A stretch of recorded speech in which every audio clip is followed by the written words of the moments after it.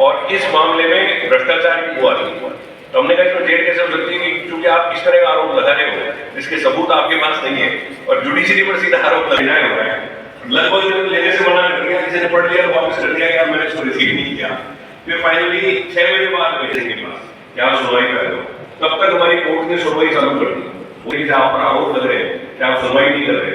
अजय सिंह मतलब जाने पहली बार किसी कोर्ट ने ओबीसी की पूरी लिस्ट को रिवाइज करने का आदेश दिया, वो भी राम सिंह जजमेंट के आधार पर क्वांटिफाइड डेटा के आधार पर। हमें आरक्षण से बाकी सबको रख दिया गया और ये कहा कि पूरी ओबीसी का रिवीजन होगा और मानना नहीं हो रही। लेकिन नीचे का सिस्टम इतना मजबूत है, पॉलिटिकल सिस्टम ऐसा है कि इस तरह की चीजें वो सुनवाई नहीं हुई। कार्यकर्ता के नाते यहाँ खड़ा किया गया है, तो मैं किसी पॉलिटिकल पार्टी की बात नहीं कर रहा। ईबीसी का मामला अटका, संरक्षक थे, हमें लगातार राय भी देते रहते थे, तो उस विषय पे हमने काफी जगह सब राज्य सरकार फिर से ईबीसी लागू करने वाली थी, हमने उसका विरोध किया कि क्यों नहीं किया जाए, क्योंकि हाईकोर्ट उसको फिर से रोक देगा। तो आप तो ये कह दोगे कि हमने तो दे दिया, अब हाईकोर्ट ने रोक दिया तो हम क्या करें। राम राजेंद्र सिंह जी थे जो विधानसभा उपाध्यक्ष थे, उन्होंने हमसे बैठ के बात की, उन्होंने हमारे एक मीडिएटर बने, क्योंकि वो ईबीसी कमीशन में 3 मंत्री बने और ईबीसी कमीशन की एक रिपोर्ट बनी। और आपको जानकर खुशी होगी कि जब ईडब्ल्यूएस आरक्षण लागू हुआ तो जब सुप्रीम कोर्ट में मामला गया कि ये आरक्षण नहीं दिया जा सकता क्योंकि कोई क्वांटिफाइबल रिपोर्ट हमारे पास नहीं है, कोई डेटा नहीं है हमारे पास, तो राजस्थान अकेला ऐसा पूरे भारत में प्रदेश था जिसने ईबीसी कमीशन बनाया था और उसकी एक रिपोर्ट थी।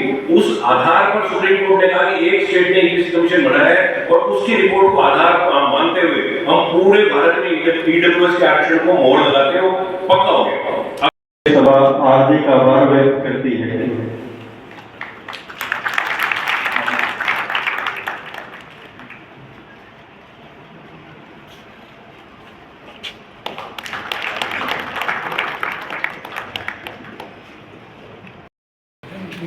दयाल सिंह जी किशोरपुरा, कमल जी कल्ला, रहमत अली जी,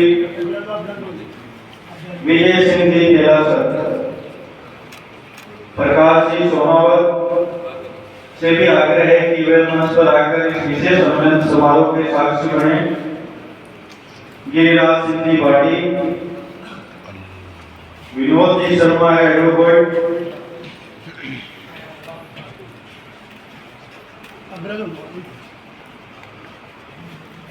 राजेश सिंह जी रामपुरा से भी निवेदन है कि वह भी सिनेमा कार्यक्रम का प्रतिभागी बने। शिवराज सिंह जी दुर्गा से भी निवेदन है कि वह भी विशेष अभिनंदन कार्यक्रम में अपनी सहभागिता निभाएं।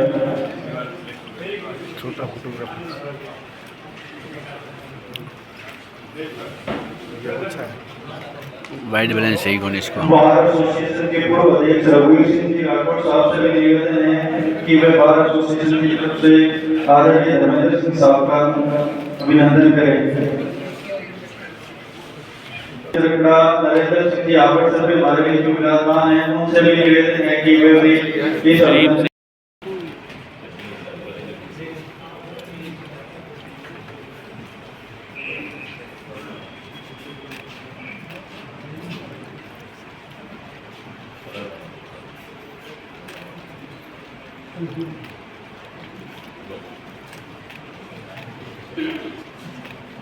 भाई लागे छोटो नीचे ना छोड़ो, ये साइड में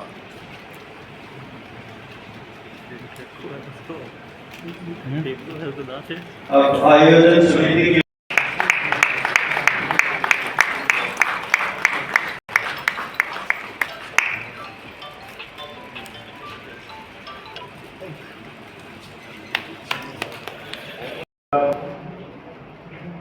आज बीकानेर छठा जिला है। आप जिस उद्देश्य के साथ निकले हैं, ईडब्ल्यूएस के बारे में हालांकि यशवर्धन सिंह जी ने सारी बातें बता दी कि किस प्रकार ईडब्ल्यूएस की मांग कितने लंबे समय से थी।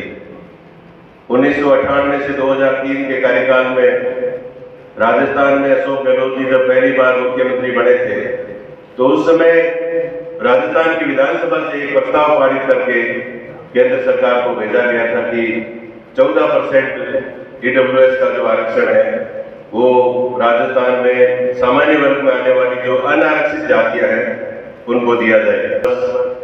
ये ईडब्ल्यूएस का आरक्षण का मुद्दा लगातार पेंडिंग चलता रहा और मैं आपको बताना चाहूंगा, हालांकि यशवंत सिंह ने पूरी बात बताई कि केंद्र सरकार ने, केंद्र में भारतीय जनता पार्टी की 2019 में सरकार थी, नरेंद्र मोदी जी हमारे देश के प्रधानमंत्री हैं, उन्होंने 12 जनवरी 2019 को हम सब लोगों की मांग थी, मैं छात्र पुरुषार्थ फाउंडेशन और क्षेत्रीय संघ को मैं बहुत धन्यवाद देना चाहूंगा कि इन्होंने इस मुद्दे को लगातार मतलब इसकी आवाज को उठाते रहे हैं।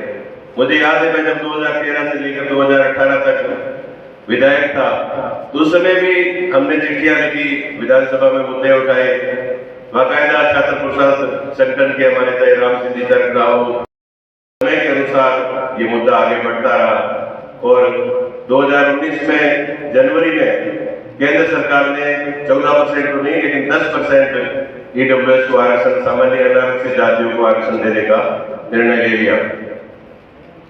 अच्छा निर्णय हुआ, उसका पूरे देश की जनता ने, अनारक्षित जातियों ने, सामान्य वर्ग ने, हम सब लोगों ने स्वागत भी किया।